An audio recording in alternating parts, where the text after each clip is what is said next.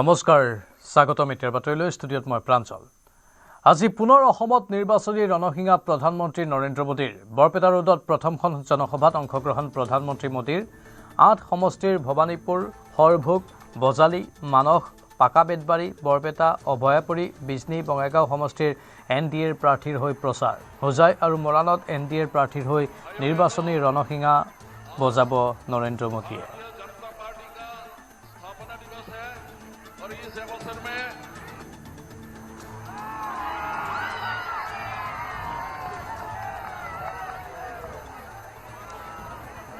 আৰু আমি মৰাণৰ পৰিৱেশ দেখুৱাম কাৰণ মৰাণতো আছে দেশৰ প্ৰধানমন্ত্ৰীৰ জনসভা বিয়লিলৈ এই সভা অনুষ্ঠিত হ'ব আমাৰ সাংবাদিক ঋষেশ্বৰ বৰুৱা লাইভত আছে ঋষেশ্বৰ ইতিমধ্যে বৰপেটা ৰোডৰ সভা আমি দেখিবলৈ পালোঁ য'ত বহু লোকৰ ভিৰ হৈছে হাজাৰ হাজাৰ লোক মৰাণতো মানুহ অহা আৰম্ভ কৰিছে গোটেই দৃশ্যটো চাব বিচাৰিছোঁ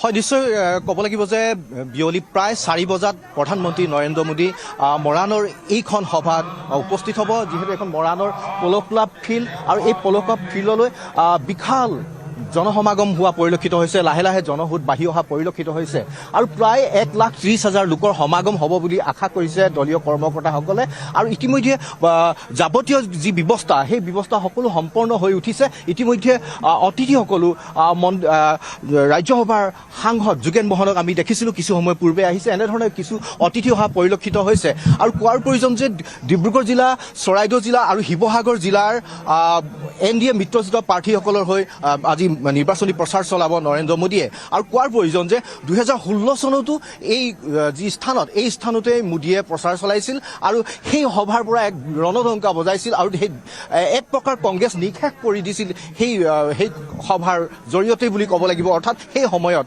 আৰু বহু কৰ্মকৰ্তা আহিছে এই মোৰ কাষত বহু কৰ্মকৰ্তা আছে মই কিছু লোকৰ সৈতে কথা পাতিবলৈ চেষ্টা কৰিম দাদা আপোনালোকৰ ওচৰলৈ আহিছোঁ ক'ৰ পৰা আহিছে আমি গছপুৰীয়াৰ পৰা আহিছোঁ খোৱাং সমষ্টিৰ পৰা হয় খোৱাং সমষ্টিৰ পৰা আহিছে আপোনাৰ প্ৰায় অনুমানিক 40-50 হাজাৰ মানুহ আহিছে নিশ্চয়কৈ 40-50 হাজাৰ মানুহ আহিছে বুলি কৈছে খোৱাং সমষ্টিৰ পৰাই স্বাভাৱিকতে 1,30,000 লোকৰ সমাগম হোৱাটো স্বাভাৱিক যদিহে এনেধৰণে লোকৰ সমাগম হয় আৰু বহু লোক আছে আমি কথা পাতিম বহু মহিলা আহিছে বিশেষ কোৱাৰ প্ৰয়োজন যে আজি সভাখনত মহিলাও বহু ওলাই অহা পৰিলক্ষিত হৈছে বাইদেউ ক'ৰ পৰা আহিছে আমি সকলোলা দেৰগাঁও কিমান মানুহ আহিছে আপোনালোকৰ পৰা আমাৰ 100 মান আহিছে 100 মানুহ আহিছে অকল আপোনালোকৰ গাঁৱৰ পৰাই গাঁও পাইছে কেইখন গাড়ী লৈ আহিছে গাড়ী পাইটো হিচাপ কৰিব পৰা নাই এতিয়ালৈকে কি আশা লৈ আহিছে আচলতে মোদীক আগতে দেখিছেনে ওচৰৰ পৰা দেখিছোঁ আমি আগতে হয় আমি আকৌ নতুন আশা লৈ আহিছোঁ ভাল লাগে হেৰি কৰি কিনে আৰু নতুন চৰকাৰখন কাম কৰিছে তাৰমানে সেইটো কাৰণে আকৌ এইখন বিজেপি চৰকাৰকে আমি বিচাৰি আশা কৰি আহিছোঁ আৰু পালে আৰু ভাল কাম কৰিব সেইটো আশা লৈ আহিছোঁ আলি পদূলি সুবিধা হৈছে আৰু হয় নিশ্চয়কৈ কোৱাৰ প্ৰয়োজন যে এইসকল লোক এটি টিংখাং সমষ্টিৰ আৰু প্ৰথমতে যিকেইজনৰ ভাষ্য লৈছে খোৱাং সমষ্টিৰ পৰা আৰু টিংখাং সমষ্টিৰ বহু লোক আহিছে আৰু আমি গম পাইছিলোঁ যে টিংখাং সমষ্টিৰ পৰা এক ৰেলী কৰিও আহিব প্ৰায় 7-8 হাজাৰ লোকে ইয়াত আহিব বুলি আমি গম পাইছিলোঁ বাইদেউ ক'ৰ পৰা আহিছে বাইদেউ বহু লোক আচলতে আদিবাসী লোকসকলো আহিছে আৰু যি বিভিন্ন জনগোষ্ঠী আচলতে কিছু সময় পূৰ্বে দেখিছিলোঁ গোৰ্খা লোকসকলো অহা পৰিলক্ষিত হৈছিল আৰু ইতিমধ্যে জনতাৰ সোঁত বৈয়ে আছে অৰ্থাৎ কিছু সময় পূৰ্বে যেতিয়া ইয়াত প্ৰৱেশ কৰিবলৈ অনুমতি দিয়া হৈছে তাৰ পিছৰ পৰাই দেখা গৈছে এনেধৰণে সমাগম হোৱা পৰিলক্ষিত হৈছে দাদা ক'ৰ পৰা আহিছে শিমলুগুৰি গড়মূৰ ক'ৰ পৰা আহিছে শিমলুগুৰি গড়মূৰ হয় কিমান মানুহ আহিছে আপোনালোকৰ তাৰ পৰা প্ৰায় আমাৰ 10,000 মান হ'ব আমাৰ সমষ্টি মাহমৰা হয় মাহমৰা সমষ্টিৰ পৰাও লোকসকল অহা পৰিলক্ষিত হৈছে এনেধৰণে এতিয়া মোদীৰ যি সভা মোদীৰ এই নিৰ্বাচনী সভাক লৈ এতিয়া ৰাইজে উৎকণ্ঠাৰে বাট চাই আছে আৰু সভালৈ জনসুদ বোৱা পৰিলক্ষিত হৈছে আমি যদি আন এটা দৃশ্য দেখুৱাওঁ যদি কেমেৰাই ঢুকি পায় এইফালে য'ত প্ৰৱেশৰ অনুমতি দিয়া হৈছে তাত ইতিমধ্যে তাত শাৰী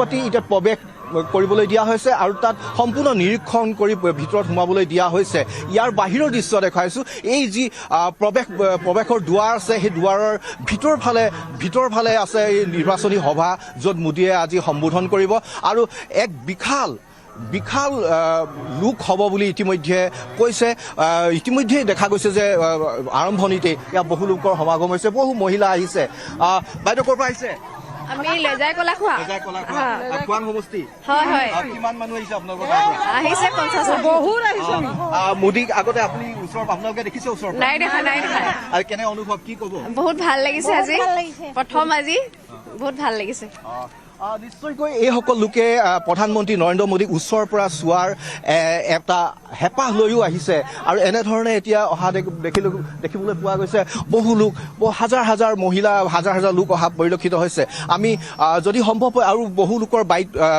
ভাষ্য ল'বলৈ চেষ্টা কৰিম আন এটা কথা ক'ব লাগিব যে প্ৰতিটো সমষ্টিৰ পৰাই 20-25 হাজাৰ লোকৰ সমাগম লোক আহিব বুলি ইতিমধ্যে যি সৰ্বানন্দ সোণোৱালে এক সংবাদ মাধ্যমৰ জৰিয়তে প্ৰকাশ কৰিছিল আৰু আজি তেনে এক পৰিৱেশ কিন্তু দেখা গৈছে যে এনে ব্যাপক উল্লাস মোদীৰ সেই সভাক লৈ ক'ৰ পৰা আহিছে বাইদেউ ক'ৰ পৰা আহিছে আমি জলং কৃষ্ণ মন্দিৰ কোন সমষ্টি আমি জলং হেৰি পথালিবাম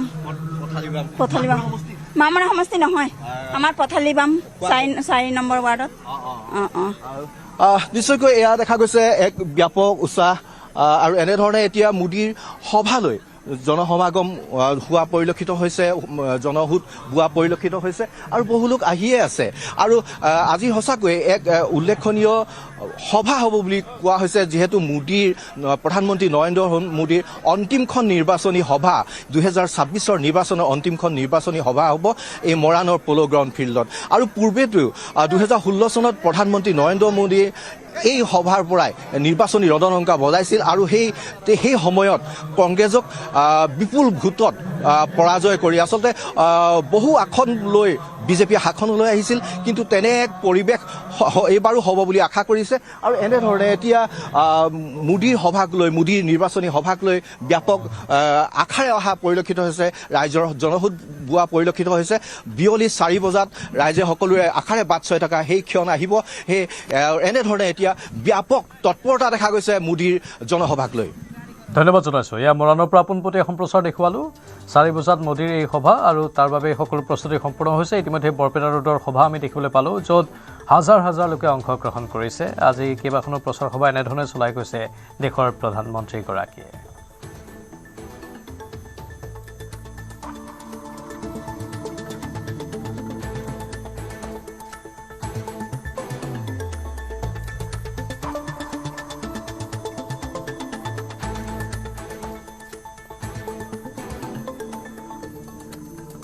অসমত নিৰ্বাচনী ৰণসিঙা বজাইছে দেশৰ প্ৰধানমন্ত্ৰীয়ে আকৌ এবাৰ বৰপেটা ৰোডত প্ৰথমখন জনসভাত অংশগ্ৰহণ কৰি প্ৰধানমন্ত্ৰী মোদীয়ে ৰাইজৰ হকে বহুখিনি বাৰ্তা দিলে 8 সমষ্টিৰ ভৱানীপুৰ হৰভোগ বজালী মানস পাকাবেতবাৰী বৰপেটা অভয়াপুৰী বিজনী বঙাইগাঁও সমষ্টিৰ NDAৰ প্ৰাৰ্থীৰ হৈ প্ৰচাৰ চলালে হোজাই আৰু মৰাণত NDAৰ প্ৰাৰ্থীৰ হৈ এতিয়া নিৰ্বাচনী ৰণসিঙা বজাব দেশৰ প্ৰধানমন্ত্ৰীয়ে দ্বিতীয়খন সভা হোজাইত আছে তৃতীয়খন সভা মৰাণত আছে আৰু মৰাণৰ গোটেই পৰিৱেশবোৰ ইতিমধ্যে আমাৰ সতীৰ্থ ৰিখেশ্বৰে দেখুৱালে আৰু চাহ বাগিচাৰ শ্ৰমিকসকলৰ সৈতে আমাৰ সাংবাদিক জেছিম আহমেদো আছে তেওঁলোকৰ মতামত জেছিমৰ জৰিয়তে আমি সংগ্ৰহ কৰিব বিচাৰিছোঁ আজি দেশৰ প্ৰধানমন্ত্ৰী উজনি অসমৰ মৰাণলৈ আহিছে মই এই যিখন মৰাণৰ যিখন সভা হ'ব ৰাজনৈতিক যিখন সভা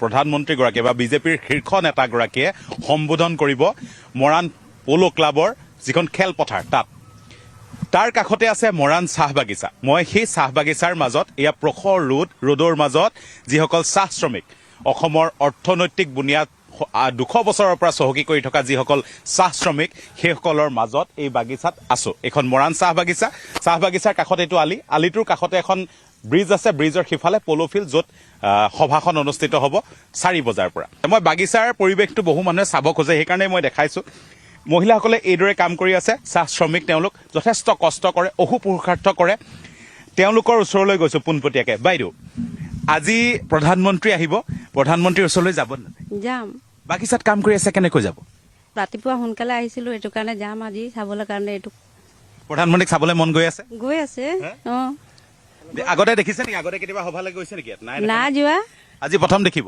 আজি প্ৰথম চাম একবাৰ আহিছিলে তো আমি গ'লো আৰু ই গুচিয়ে গ'ল। চাব নাপালে হয়। এতিয়া ওচৰৰ পৰা চাব আজি কেনেকুৱা লাগিব? ভালেই লাগিব কেল আমাক ইমান দিন হৈ গ'ল চোৱা নাই, এইটো কাৰণে ভাল লাগিব আৰু চাবলৈ। কিমান মানুহ আপোনালোকৰ বাগিচাৰ পৰা যাব চাবলৈ? যাব, চবেই মানুহ যাব, গোটেইখন যাব। যিমানটো আহিছো ৰাতিপুৱা সোনকালে আহিছো, এতিয়া যামেই আৰু। তেওঁলোকে এটা পৰিকল্পনা কৰি লৈছে, এখন বাগিচাৰ মাজত আজি কাম কৰি থাকে, প্ৰত্যেক দিনাই কাম কৰে। সেইবাবে আজি এটা পৰিকল্পনা কৰিছে, যিহেতু প্ৰধানমন্ত্ৰীগৰাকী আহিছে, মৰাণ চাহ বাগিচাৰ মাজৰ এয়া পৰিৱেশ, প্ৰধানমন্ত্ৰীগৰাকীক যাতে ওচৰৰ পৰা লগ পাব পাৰে, এবাৰ চাবলৈ পাৰে। হাবিয়াস তেওঁলোকৰ এজন জ্যেষ্ঠ লোক আছে, আমি কথা হ'ম। আপোনালোকে আজি আমি যিটো পৰিকল্পনা আপোনালোকৰ গম পাইছোঁ যে কিছু পৰিৱৰ্তন কৰিছে, কাম কৰাৰ যিটো আপোনালোকে সদায় কাম কৰে তেনেকৈ আজি নকৰে, আজি সোনকালে কিবা যোৱাৰ, সেইটো কেনেকৈ কি কৰিছে? মই আপোনালোকক জ্ঞাতাৰ্থে জনাই দিব বিচাৰিছোঁ, মই বাগিচাখনৰ ইউনিটৰ সভাপতি। তো আমি যিখিনি আমাৰ ইউনিট আছে, ইউনিট মানে আমাৰ এটা হেৰি আছে, সংঘ আছে, তাৰ আমি যিটো ইউনিট আছে সেইটো বিশেষকৈ দেশৰ মানে সন্মানীয় প্ৰধানমন্ত্ৰী আহিব, সেইটো কাৰণে আমি চবে শ্ৰমিকৰ লগত কথা পাতি আৰু আমি আমাৰ যি পৰিচালক আছে তেখেতক আমি জনাইছোঁ যে আমাক আজি সোনকালে ছুটি দিব লাগে। আমি যিহেতুকে প্ৰধানমন্ত্ৰী আহিব, আমি তেওঁক চাবলৈ যাম আৰু আমি অলপ সোনকালে কামলৈ আহি গৈছোঁ আৰু সময়টো আমি সময়সূচী আমি মিলাই লৈছোঁ।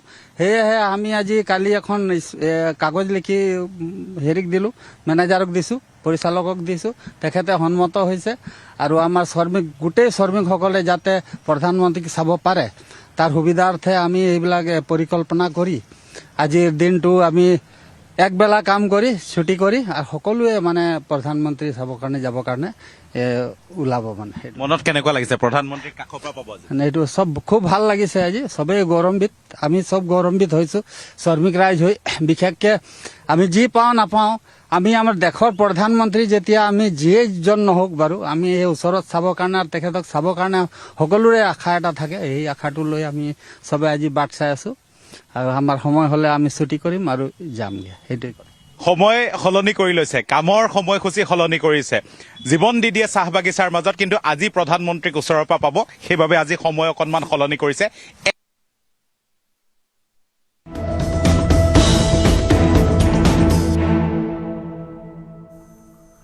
আজি ৰাজ্যৰ 4 সমষ্টিত মুখ্যমন্ত্ৰী হিমন্ত বিশ্ব শৰ্মাৰ বিজয় সংকল্প সভা। বৰহমপুৰ সমষ্টিত প্ৰথমখন জনসভাত অংশগ্ৰহণ মুখ্যমন্ত্ৰী।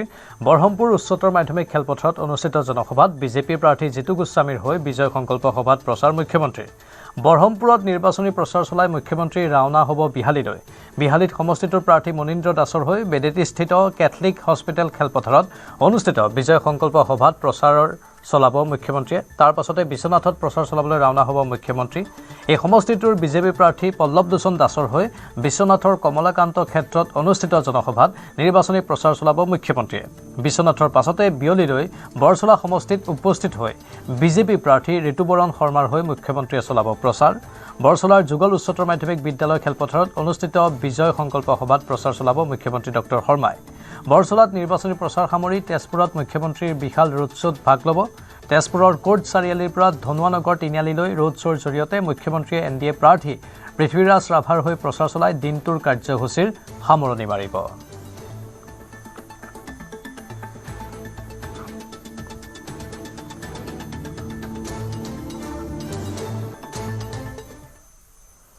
শিৱসাগৰ জিলাৰ নামটিত বাইকত অহা 2জন যুৱকৰ পৰা 3 লাখ টকা জব্দ। নামটি থানাৰ সন্মুখত ধুদৰ আলিত তালাচী অভিযানত জব্দ টকাখিনি। মটৰ চাইকেলখনত অহা যুৱক 2জন আৰু সেই যুৱক 2জনৰ নাম পুলক দাস আৰু স্বপন ৰয় বুলি জানিব পৰা হৈছে।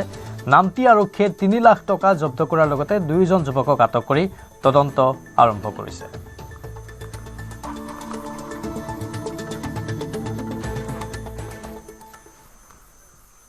মৰিগাঁৱত ব্ৰহ্মপুত্ৰৰ বুকুত নাও দুৰ্ঘটনা। মৈৰাবাৰীৰ সমীপৰ ভজাই খাইটিত ডুবিল নাও।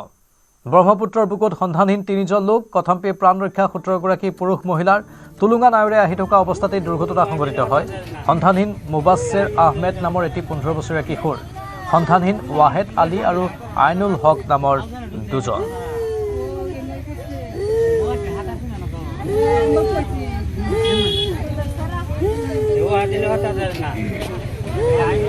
আমি এটা খবৰ পালোঁ যে আমাৰ ইয়াত বৰ্ষাপুৰী যিটো ঘাট আছে, বৰ্ষাপুৰী ঘাটত এটা নাও এটা পৰিছে। এই নাৱত সৰ্বমুঠ 16জন মানুহ আছিলে। 16জনৰ ভিতৰত বাকীখিনি মানুহ ছাইডত আহি পাইছে আৰু বাকী 3জন মানুহ এতিয়ালৈকে মিচিং হৈ আছে। আমাৰ SDRFৰ টীম আমি সকলোৱে মিলি চাৰ্চ যিটো অপাৰেশ্যন আছে আমাৰ কণ্ডাক্ট কৰি আছোঁ। এতিয়ালৈকে ৰিকভাৰ হোৱা নাই। আই হোপ হৈ যাব লাগে সোনকালে। কিহত গৈ যাব বিচাৰিছিলে? তেওঁলোকে নাৱত যাব বিচাৰিছিলে এইটো ফালৰ পৰা, আমাৰ বৰ্ষাপুৰী ঘাটৰ পৰা এইটো ফালে যাব বিচাৰিছিলে ঘাঁহ কাটাৰ কাৰণে। এইবিলাক কি টুলুঙা নাও নেকি? টুলুঙা নাও, সৰু কিবা ছেফটিৰ ব্যৱস্থা লৈছিল নেকি সিহঁতে? তেনেকুৱা ছেফটি এইটো নাৱতো নাছিলে, বাকী নাওকেইটাত ছেফটি আছে।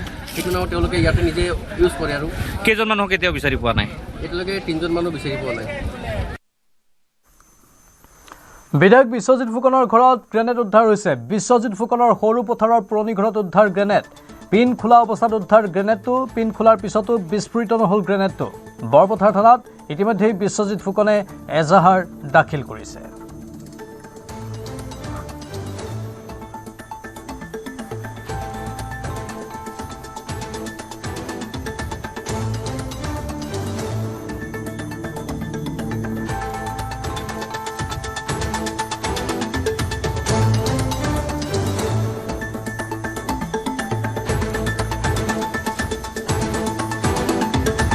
এটা গ্ৰেনেডক লৈ আজি চাঞ্চল্যৰ সৃষ্টি হ'ল।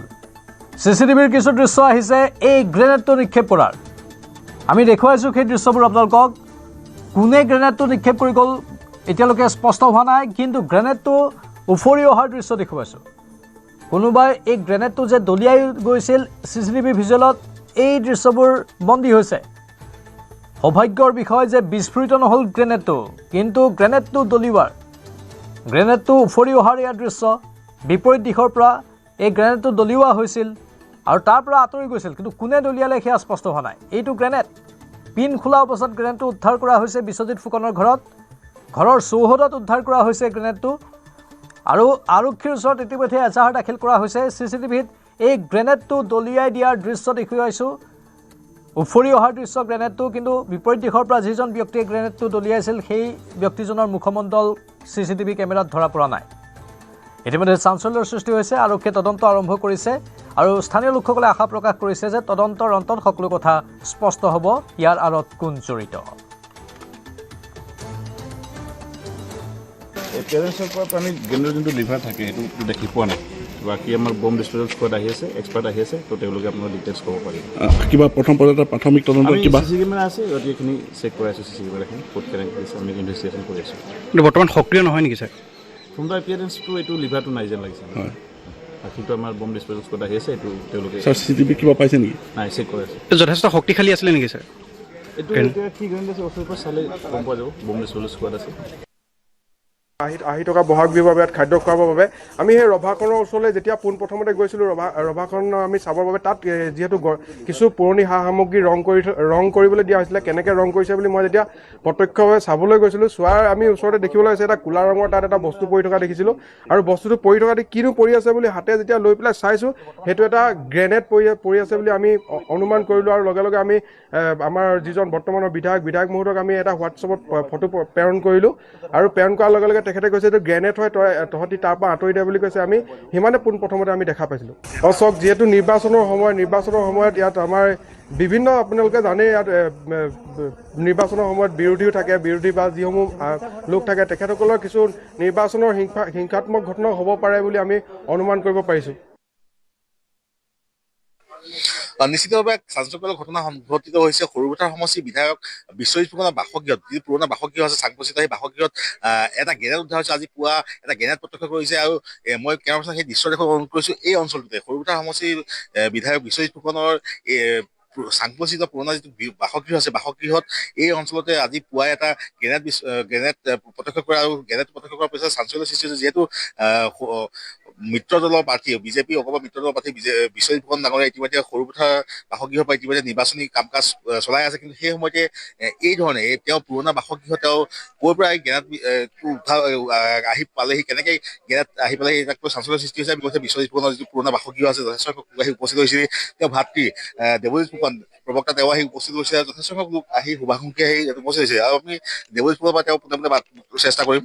দেখিছোঁ যে 8:50ত গ্ৰেনেডটো দলিয়াই দিছে আৰু সম্ভৱ গ্ৰেনেডটো অলপ দূৰৰ পৰা দলিয়াইছে নিশা 8:50 আৰু সেইকাৰণে সন্মুখৰ গেটখনেদি সোমোৱা নাই কাষৰ যি বাউণ্ডেৰী ৱাল আছে আমি শেহতীয়াভাৱে যিটো দেখিছো বা আৰক্ষীয়ে তদন্তত যিটো চাইছে এটা চিচি কেমেৰা চালে যে বাউণ্ডেৰী ৱালৰ সিপাৰৰ পৰা কোনোবাই দলিয়াই দিছে বাৰীৰ ভিতৰলৈ হয়তো এইটো 50-60 ফুট দূৰৰ পৰা দলিয়াব লাগিব গ্ৰেনেডটো এই কাৰণে গুৰুত্বপূৰ্ণ যে কিছুদিনৰ আগতে বিশ্বজিৎ ফুকনৰ সৰুপথাৰ বাসভৱনত 2টা গ্ৰেনেড উদ্ধাৰ হৈছে আৰু আৰক্ষীয়ে জনোৱা মতে আজি যিটো আমি গ্ৰেনেড পাইছো আৰু সৰুপথাৰ বাসভৱনত ওলোৱা গ্ৰেনেডকেইটা একে ধৰণৰ বুলি কৈছে যদি একে হয় তেতিয়াহ'লে সৰুপথাৰ বাসভৱনত গ্ৰেনেড যিসকলে থৈ গৈছিলে সেইসকলো আজিলৈকে ধৰা নপৰিল আৰু সেইকাৰণে হয়তো দ্বিতীয়টো কাম কৰিবলৈ তেওঁলোকে সাহস পাইছে গতিকে আৰক্ষীয়ে তদন্তটো ক্ষীপ্ৰ হ'ব লাগে কঠোৰ হ'ব লাগে আৰু ইতিমধ্যে চিচি কেমেৰাত এটা কথা ওলাইছে যে সেই সময়তে সন্মুখত খুব 1-2 মিনিটৰ আগতে সন্মুখেদি এখন মটৰচাইকেল পাৰ হৈ গৈছে গতিকে সেই মটৰচাইকেল কাৰ আছিলে কি আছিলে সেইখিনিও তদন্ত হওক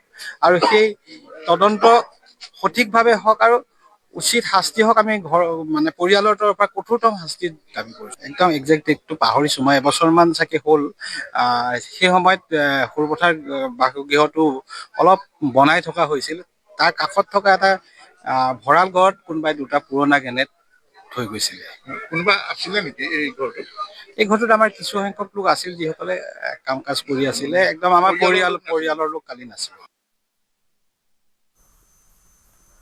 অৰুণাচলৰ 1270 কোটি টকাৰ ঠিকা কেলেংকাৰীৰ CBI তদন্তৰ নিৰ্দেশ উচ্চতম ন্যায়ালয়ে CBIক দিলে প্ৰাথমিক অনুসন্ধানৰ নিৰ্দেশ 2 সপ্তাহৰ ভিতৰত তদন্ত কৰিব লাগিব চেণ্ট্ৰেল ব্যুৰ অফ ইনভেষ্টিগেশ্যনে CBIক তদন্তৰ প্ৰতিবেদন দাখিলৰ নিৰ্দেশ সৰ্বোচ্চ ন্যায়ালয়ৰ অৰুণাচল প্ৰদেশ চৰকাৰক CBIক তদন্তত সহযোগ কৰাৰ নিৰ্দেশ লোক নিৰ্মাণ বিভাগৰ ঠিকা প্ৰদানৰ নামত দুৰ্নীতিৰ অভিযোগ মুখ্যমন্ত্ৰী পেমা খাণ্ডুৰ পৰিয়ালৰ লোকক দুৰ্নীতিৰে ঠিকা দিয়াৰ অভিযোগ 6 জন তোষণেৰে পেমা খাণ্ডুৰ পৰিয়ালক 1270 কোটি টকাৰ ঠিকা দিয়াৰ অভিযোগ মুখ্যমন্ত্ৰী পৰিয়ালৰ বিৰুদ্ধে দাখিল কৰা লেখ আবেদনৰ শুনানি লৈ এই নিৰ্দেশ ন্যায়ালয়ৰ CBI আৰু চৰকাৰৰ মধ্যস্থতাৰ বাবে মুখ্য সচিবক নোডেল অফিচাৰ হিচাপে নিযুক্তি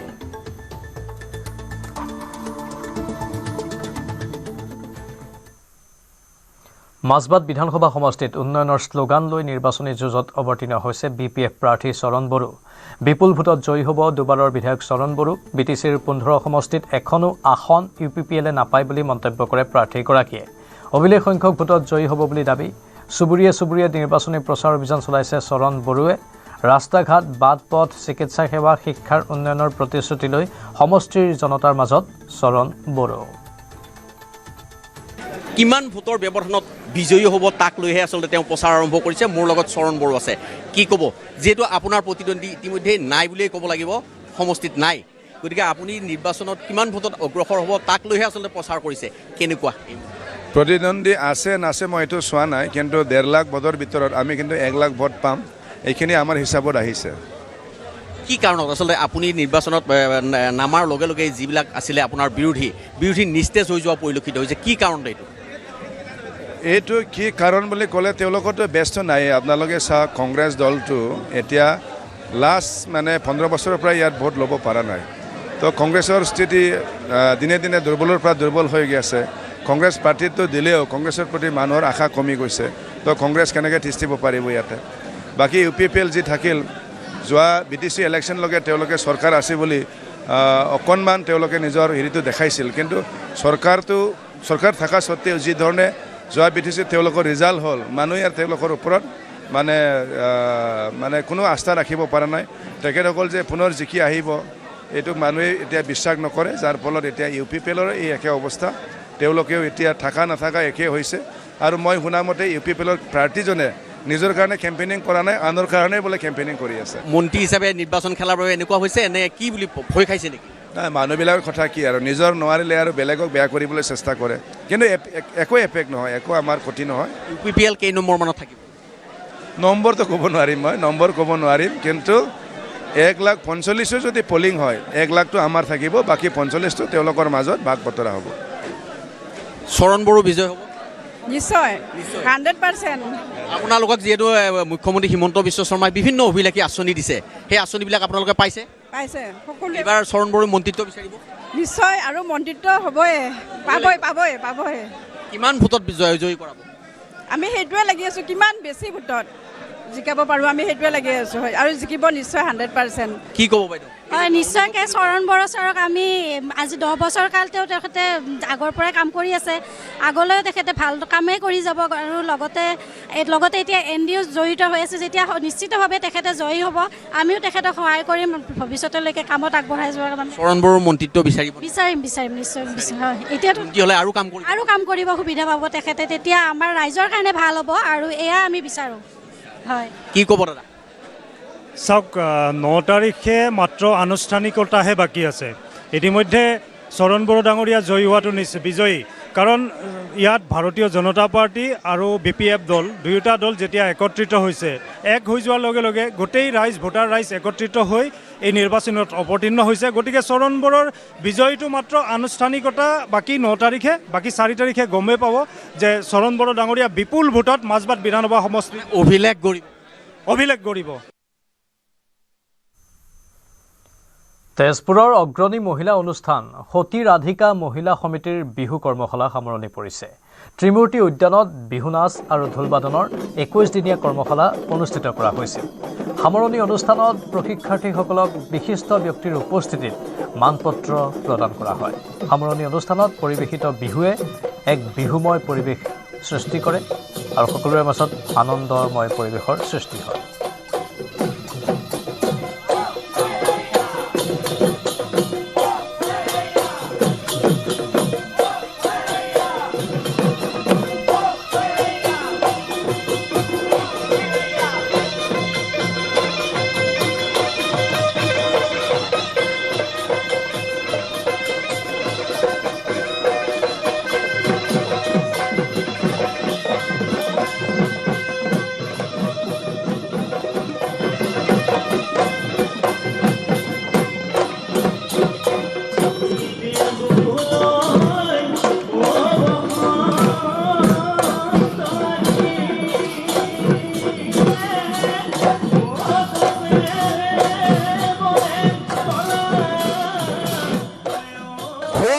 মাতে বিহুতি আগমনৰ বতৰকে বুজাইছে। হয়, মই উপস্থিত আছো তেজপুৰৰ এক বিহু কৰ্মশালাৰ সামৰণি অনুষ্ঠানত।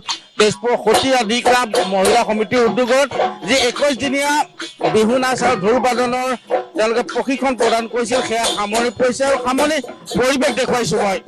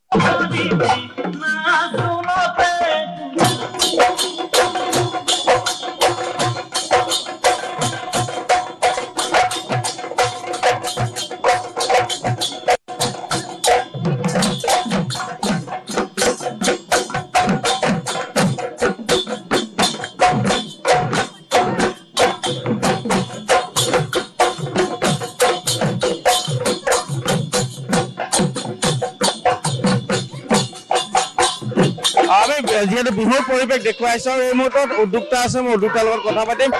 21-দিনীয়া প্ৰশিক্ষণৰ আজি সামৰণি হয়, আজি আমি 20 দিন হৈছে। আমি যোৱা বছৰ এইবছৰ আমি 20-দিনীয়া কৰ্মশালা আয়োজন কৰিছোঁ। আজি কৰ্মশালাৰ সামৰণি অনুষ্ঠান আৰু সামৰণি অনুষ্ঠানত আজি আপুনি দেখিছে এয়া মানে বাপতি খাওন বিহু আদৰিবলৈ সকলোৰে গা 7খন সকলোৱে মনৰ ফূৰ্তি নাচিব আহিছে।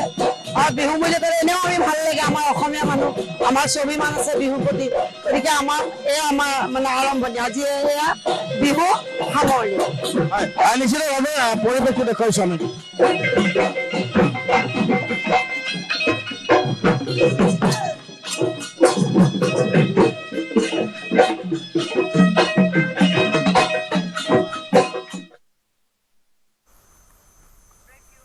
আৰু বাতৰি এইখিনিতে সময় হৈছে চমু বাণিজ্যিক বিৰতিৰ।